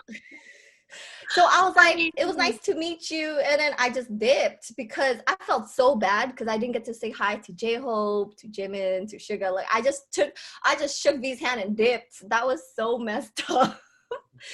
I should have said hi to J-Hope, but that was it. Yeah, You'd probably be down by the time you got to J-Hope. Like, yeah, no, it's crazy though, because there was no one around. There was like no bodyguards. So I was very surprised, but I didn't want to risk it as well. And so after I went for V's handshake, I'm like, okay, bye. And I just left. But I'm like, Lord, girl, that was messed up. Like you didn't say hi to the other members. Overwatch. I wish someone filmed it. I think after that day, I was like, yo, did anyone record like before the show started? But there's no footage. I'm really mad I'm not home because I used to see Phil all the time, like the Grammys and stuff. And I'm going to the Grammys if BTS is actually nominated. Like I will go because I have a connection with feeling. But my friend was C-Filler for Billboard's awards, and she was behind them. So there's that picture of them, and you just see her. She's just, and I'm just like, and so she has it framed, and I'm like, oh, she's like me with the voice.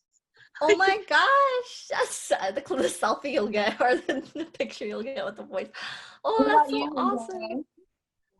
I don't think you got it through yet. I've never got a chance to meet them or even, I mean, the closest that I've ever been to the guys is back in KCON in was it 2016? I believe it was 2016. Yeah, I think so. I was like, there was literally only like one person in front of me, and then it was Barricade. And so that's the closest that I've gotten to the guys' scene. But if I ever got the chance, I don't know how it would come up. Like the only way that I feel like that would come up if it was like a meet and greet, and for some reason I got lucky enough to get a chance to meet them. Honestly, I would just say thank you. Like I feel like I would be freaking out like inside, but I would try to be like as cool as possible. And I think I would just say thank you to each of them, but I don't know if that would ever happen. Well, we'll put it into existence. It will happen. Trust me. Yes, visualize. We are putting it into existence. It shall happen. What about you, Oscar? Because we already know Annie ran away. What about? Politics doesn't know that. She ran away. She No, she actually almost fainted. I think exactly. She almost fainted. Oh. She needed to. It's either faint in front of the guys or faint somewhere else. No, she wasn't even. I know. Not like she meant like next. No, it's like quite far. She noticed the shirt and she went around. She was like, "It's not them." Then she went back around again. And she I didn't know it was a shot. No, Thingy basically. Okay, let me explain. Someone saw them, and I was like, "No, it can't." Like obviously, everyone who goes to billboards or Vegas, and if BTS is there, you obviously think that okay, they're gonna be there. You might bump into them, like me, because I'm like, I don't think I'll ever meet them. Like I was like, oh, that's not gonna happen to me, but it could happen, but it didn't. It did. So there was like a bunch of Asians, and she saw like the girl saw them, and I was like, and she was like to me, I think that's them, and I think that's them. And I was like, no, it can't be them. It can't. Like I was like, you said it was the dance crew. No, I didn't say that. I just said random Asians.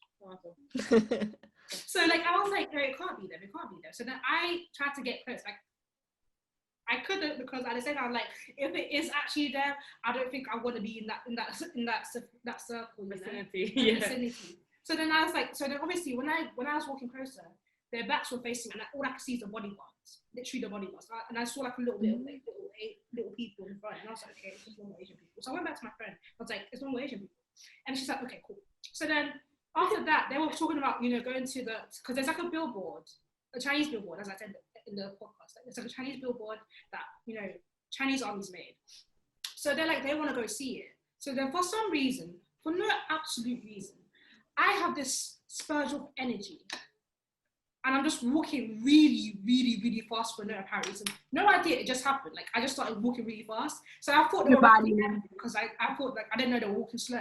So I turned around and I was like, and the thing is, like, when I turned, so basically, Stand that way. There's no cameras there. wait, you stand over there. Oh, what? Oscar. I am! Okay. So, this is me. Acted it out. And I'm like, it's there! It's there! And then she did this. She went to her and she did this. It's them! It's them! Oh my god. So I And ran you did. after flying thousands of miles to go there. To just Thousands I'll be of like, I can't breathe, I can't breathe. Came to Vegas to meet them is right there and runs away. I will never understand that in my life. We need a I wish I would fly to another country to see them, and they're there, and I run. Okay. What happened again? I know Rosan understands me. It's just like, I understand how you feel, don't worry. Yeah. You know, It's either you say weird shiz or you just go. You walked away. At least you went for the handshake. you know what? You could have said Overwatch. So Yeah. If you said Tay was one of them, if you say Overwatch, you'll look. Just kidding. yo, Overwatch. You heard it right here, guys. The best way to get Tay's attention, say Overwatch. Exactly. To meet them, I would want to do like a project or work with them because I've seen the fan meet and greets in the US. You know, the radio show ones, like that was a bit underwhelming, right? Or maybe through a mutual friend, like we're hanging out at like a party type thing, not like a wild party, but like a kickback. That'd be pretty dope. That would be. We should start planning that. Well, hopefully when this goes away, but let's start, you know, so we could plan stuff, you know, because I would love to have like a big event. I mean, the only event that we did previously before like the Rose Bowl Stadium concert, we did have like a meet and greet, but that was more of like, you know, us interacting with fans. It's not really like gathering with ARMY as like, you know, to hang out, and that's what I wanted to be part of. So hopefully next year, please. Yeah, like I don't know if you guys know, but like me and Roseanne, we've never met in person. So most ARMY haven't met in person. So we were planning to have either here in Texas or over in LA. For one of the shows, but everything got, you know, Miss Rona said hello, and we had to say goodbye to that idea. So. Rona took over. Remember the hell I went through to get those tickets. We were at training. We were at work training for Korea. It's hard. We were at work training. There's about 20 of us. We get off of work. We run to the computers. One of the head staff gave us his phone because the Wi-Fi was so. So we had 3 different staff phones who let us use the mobile hotspot because they were better internet. And we were literally, right? You know, we were registered on the English website, which kept crashing, and not the Korean one, which was fine. The Korean one was working, but you had to go on the one you were registered on for Korea. It's really that straightforward. So I'm sitting here being the kind, nice one, like, you know what, let me help you. I help all of them get tickets. And then there's me trying to get a ticket. And it just was not working out at all. I have bad luck with getting BTS tickets, to be honest. I still get to go, but it's always hell. Then my friend messaged me, was like, hey, you want to come with me? I got 2 tickets. See? And then the next day, hi, the show has been canceled. I was just like, Rona came. Surprise! Plot twist. Plot twist. I mean, it was more like sad because I was more sad for the guys, to be honest, than myself. Yes, same. So I can't imagine. Like, you know, we're sad for ourselves for not attending, but can you imagine all of the work that was going into it, the planning? Like, these stadiums are not just like booked the same year; it's booked years before. Because you just know, So, like, from the anniversary video that they made, like you could just tell like how like excited they were to show us everything that they had planned. You could just tell. That just felt so bad. Like, the amount of stuff that you guys must have planned for us and you couldn't do just because of stupid grown-ups. Hotels, massage chair, like everything they did in Korea, they were going to do to the cities they've been to before. It's gonna be like, I think they did it with like Busan. They did it with Busan. The new they want to try. So basically, they want to make a waiting area for army. Like, more chillaxing and stuff. They were gonna do that, and like, because I remember I was watching it with other people, and it's like they were like, we're gonna, you know, give you massage chairs. We're gonna give you like, you know, like a thing where you can just click. You can just click and go. You know how you just said massage chair? Does anybody, you know when the advert for the massage chair comes up and it says body friend? Does anybody here boyfriend? Yeah.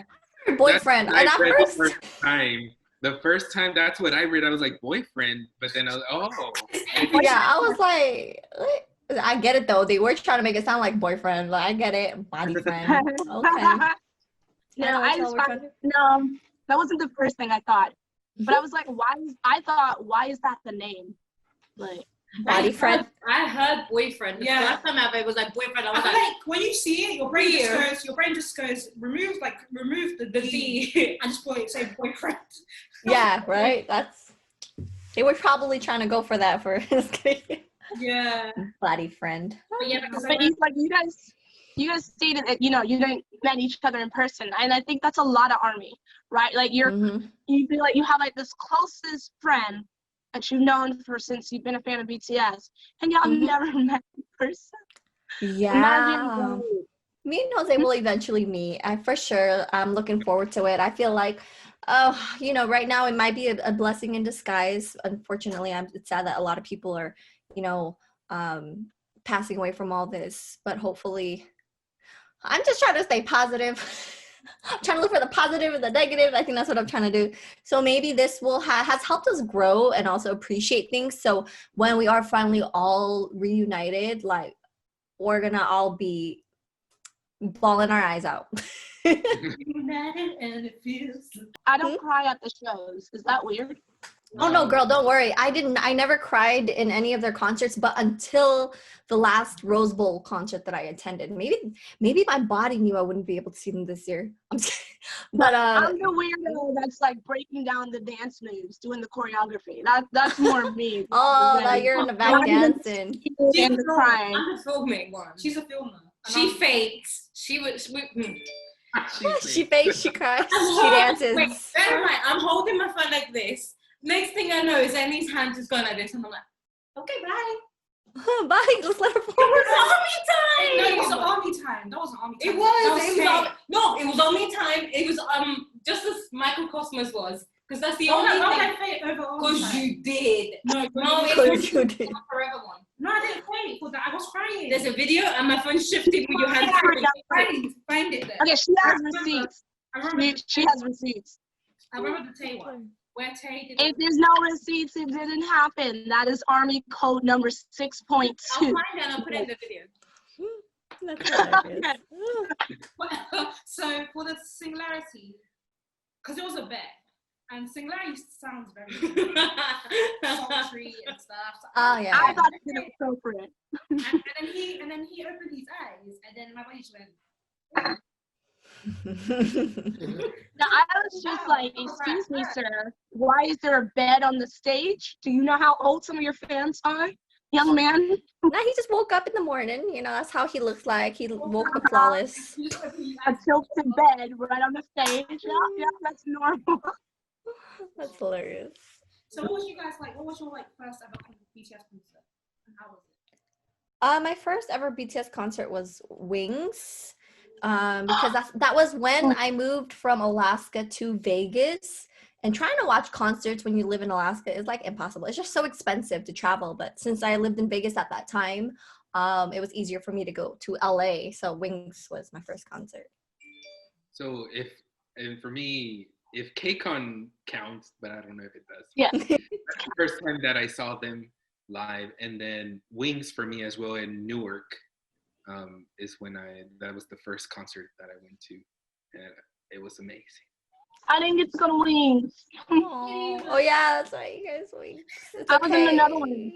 Well, no, I'm American, but at this time I was living in the Netherlands. Oh, you didn't know that? Oh no, I didn't. That's girl, you've been everywhere. She really has. She really Yeah, I was living in the Netherlands, so I couldn't go. But I did go to Love Yourself and Speak Yourself in New York. So.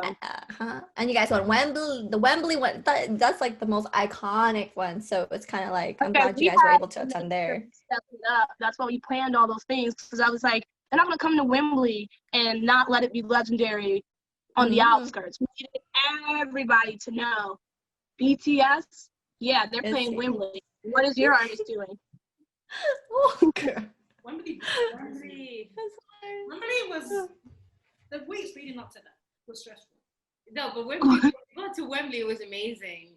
I think that's why we cried. That's why I cried. Wasn't we? No, your eyes got teary.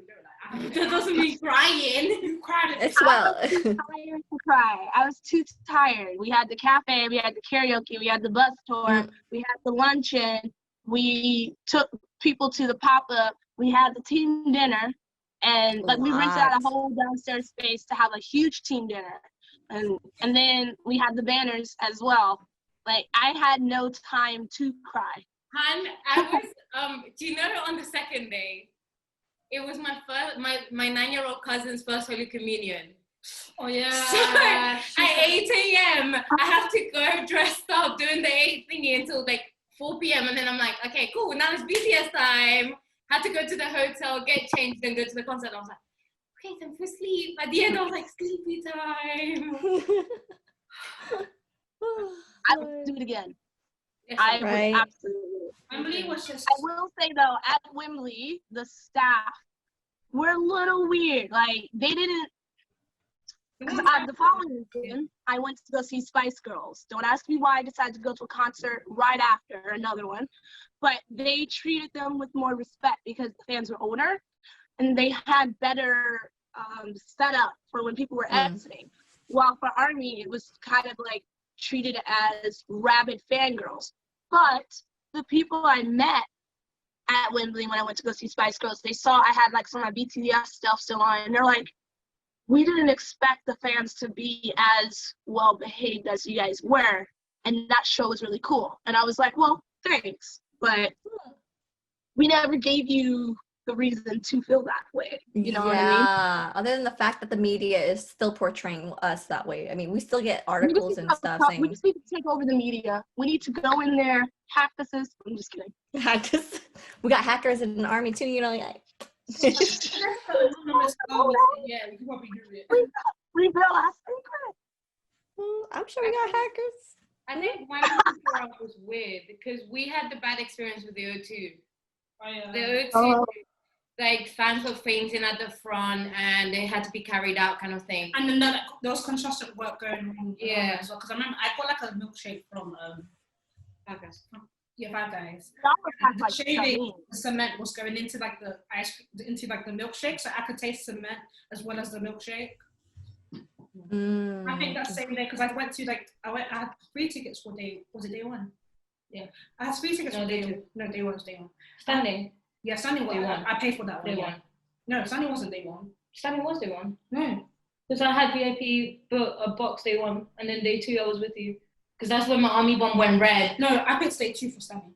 If I remember correctly. Yeah, because I remember because I went to you about how upset I was about the other thing.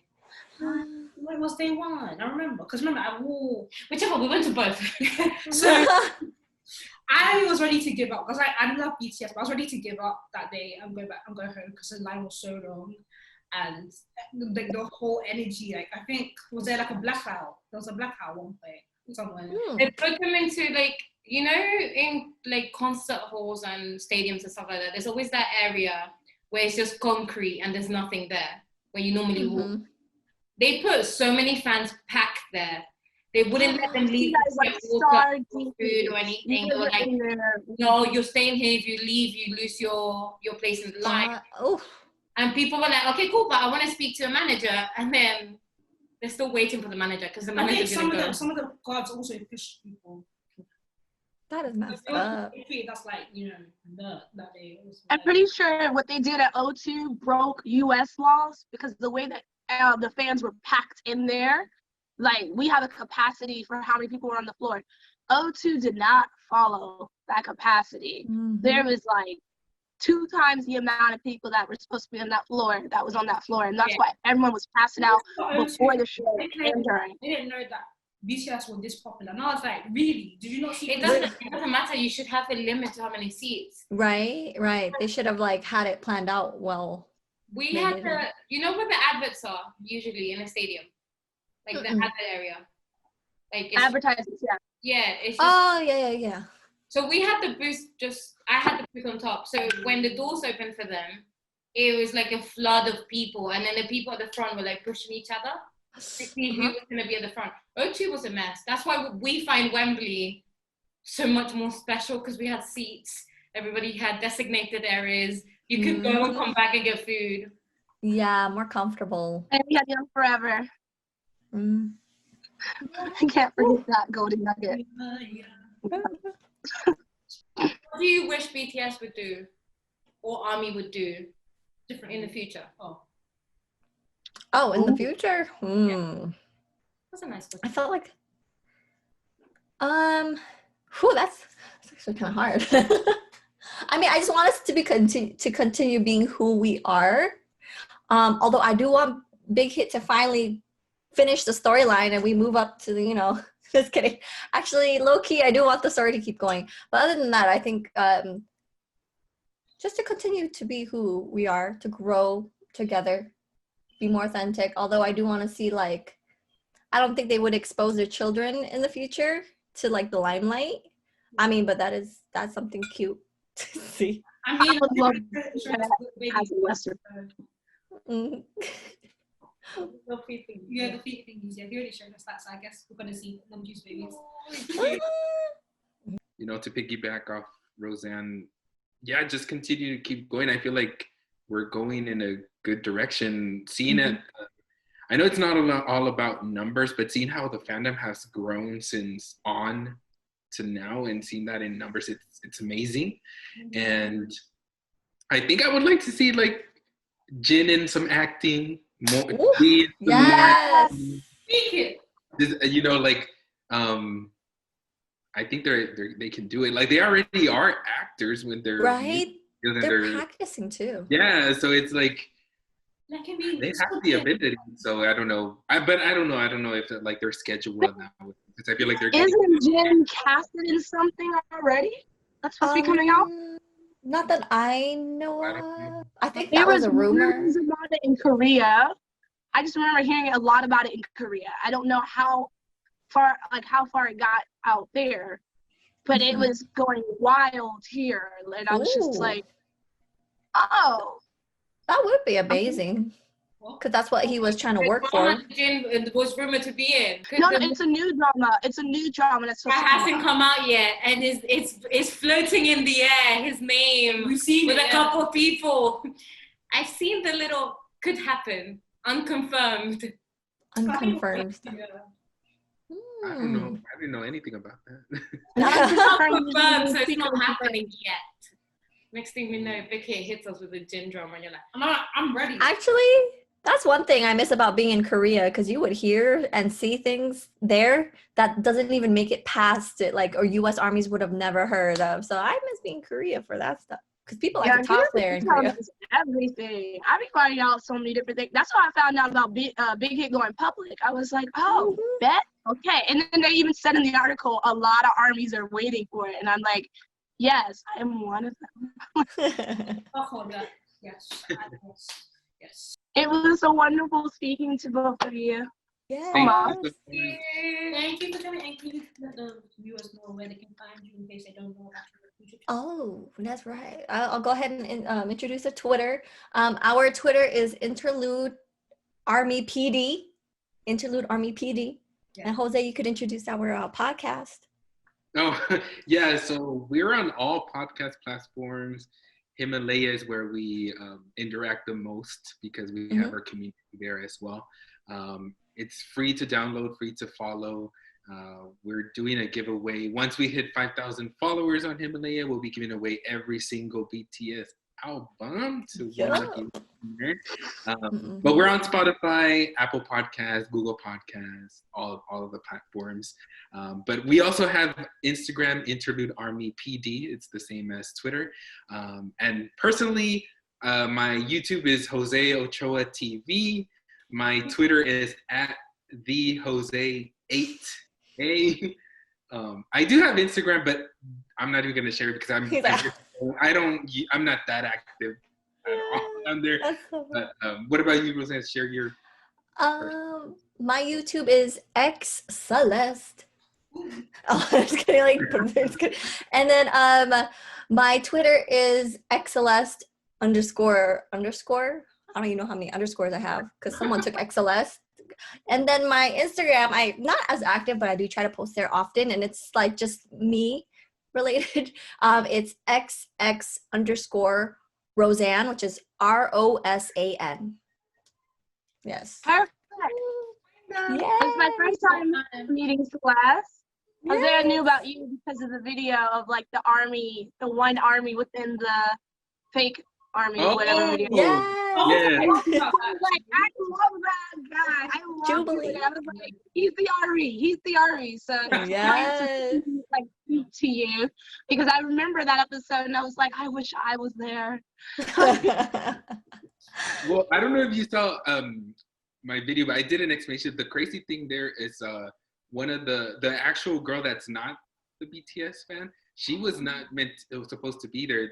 There was another person that was cast, and she told us that she was last minute. Like the person canceled on the studio, and so they called her. They had her as a backup, and was like, "Can you please make it in tomorrow?" Because the girl that we had like canceled on us. So. That's a lot of pressure because then she would have had to do like last minute research and all that stuff. Oh, that's hard. And you know, armies are good at spotting who's not an army, so a lot of pressure on her. And I loved that it was a male army more than anything. It was a male army. I was like, yeah. That's right. Represent male armies here. But oh no, I really appreciate you guys like inviting us out here to eat and just chill and chat. This is my first time actually just coming out and just like chatting with a good group amount of people and just being actually this is like our first time being interviewed together, right?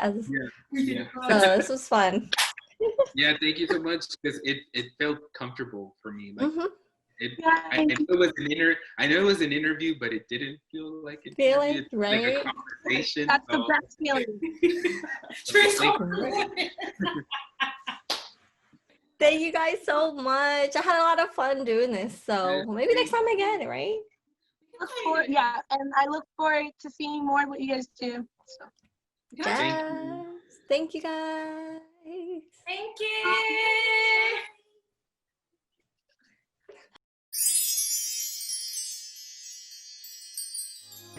Army, hi, Ash here. I'm interrupting the end of this video because it is giveaway time. Yes, giveaway.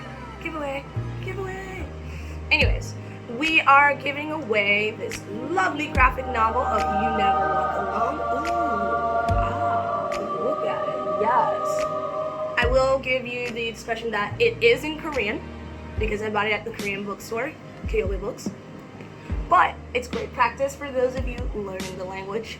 And it's perfect because we have the BTS books coming out where we're gonna be able to learn and practice Korean with BTS. Yes. Anyways, we're gonna be giving this away. And to participate in our giveaway, we would like for you to follow our account. So make sure you hit that subscribe button. Also, follow Rosan's and Jose's accounts, which are going to be listed in our bio, and then comment your @ below. Now, we will be checking to make sure you're following all of us before we choose our winners, and we'll let you know within the next week, okay? So good luck, everyone. Please stay safe, wear those cute masks. I mean, they have the collection from BT21. They're super cute, they're super comfortable, and I hope you're all doing well, okay? Thank you. Oh, check out all of our events that we have going on. You can see more of our content, of activities, on our Twitter at UKBTSARMATION. All right, bye-bye.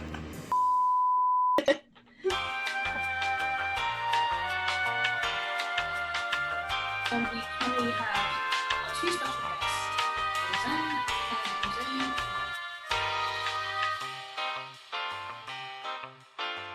Hi, we are UKBTSARMY. My name's Annie. I'm Oscar. I'm Roseanne. Oh wait. Hold up. Redo. Let's try that again. Hi! And today we're interviewing Rosan and Jose from ARMY.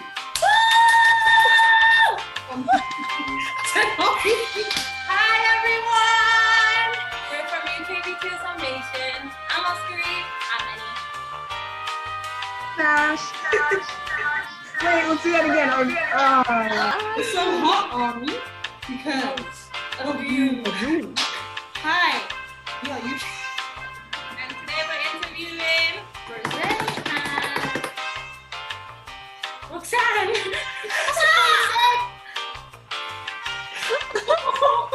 Uh,